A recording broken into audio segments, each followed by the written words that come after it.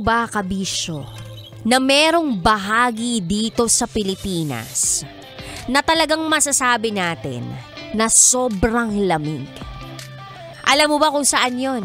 Yung talagang pag pumunta ka dun, sobrang lamig. Yung tipong lahat ng balahibo o buhok sa katawan mo parang nakatayo. Oo. Alam mo kung saan yun? Sa bangko pag magbabayad ka na ng utang mo. Ay, hindi ba ganun yung nararamdaman mo? Hindi ba malamig doon? Ako nilalamig ako, lalong-lalo na kapag merong gustong lumabas sa wet packs ko. Charot o darot. Uy, kabisyo, grabe. Ang init ng panahon. Yung init ng panahon, dati sinasabi ko, ito yung klase ng init na nakakaputok. Ngayon, masasabi ko na yung init ng panahon, nakamamatay na. Nakakaloka. Alam niyo po ba, just a while ago lang, I think it was 30 minutes ago or more than 30 minutes ago, may nagsend sa akin ng video.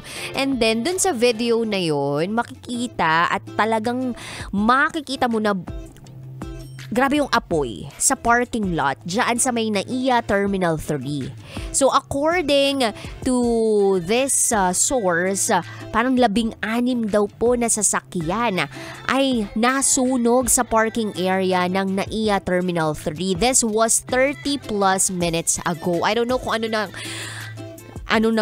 update tungkol sa fire incident na yon sa may NAIA Terminal 3 parking area. Pero imaginein na lang po ninyo na yung sasakyan ninyo nananahimik sa parking lot tas biglang abo na lang pagbalik ninyo.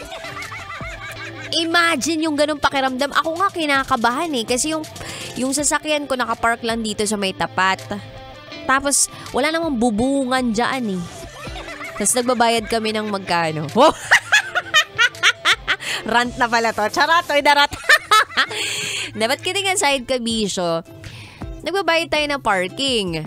Pero yung binabayaran natin parking, yung space lang talaga, walang bubong. So yung protection sa araw na sinasabi nila, wala, hindi natin natatanggap. And yung sa ibang mga kabisyo natin out there na nakapark lang yung mga sasakyan nila o yung mga vehicle nila sa gilid lang ng kalsada o di kaya naman sa kung saan man. Basta diretso yung tirik ng araw. Kumbaga yung sinag ng araw, tirik ng araw, as in diretso sa sasakyan. Anong protection? Wag na lang talaga magsasakyan, no? Ewan ko ba? Parang hindi talaga imposible na malapit na talaga tayong kunin lahat.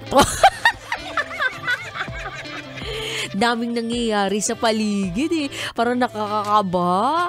Kaya sa mga kabisyo namin out there na laging nasa kakalsadahan, utang na loob po, please take care. And as much as possible, wag po kayong mag-iiwan sa inyong mga sasakyan ng magkokos ng sunog. So isa na dyan yung power bank. Ayan, wag kayong mag-iiwan ng ganyan sa loob ng sasakyan. Wag po kayong mag-iiwan ng alcohol. Huwag po kayong mag-iiwan ng kahit anong liquid doon na possible na makapagsimula ng sunog or any gadget sa loob ng sasakyan. And as much as possible, kapag kayo po ay babiyahe, magsa-start pa lamang po kayo ng sasakyan, medyo bigyan nyo po muna ng konting minuto bago po kayo talagang mag-fast and furious, no?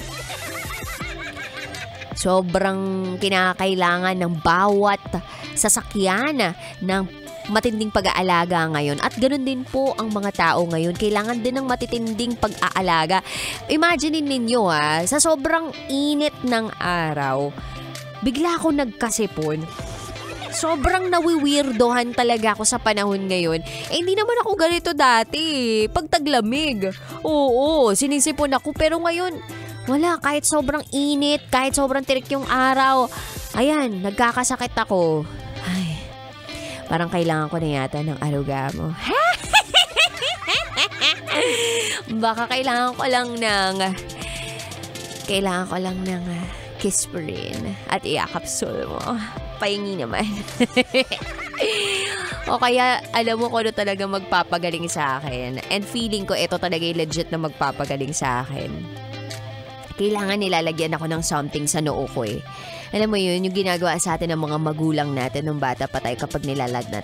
Yung lalagyan ka ng mainit-init na something sa ulo mo. Pero imbis na bimpo yung ilalagay sa akin, gusto ko yung mga 10,000 ganyan. Charot, Twitter. Anyway, kabisyo, 3 to 5 p.m. tayo magkakasama ngayong araw na ito. At siwa, kapiling ng babaeng naniniwalang hindi man ako palaging may pera. At least palagi naman akong maganda. This is me, your basa princess DJ Rakitera.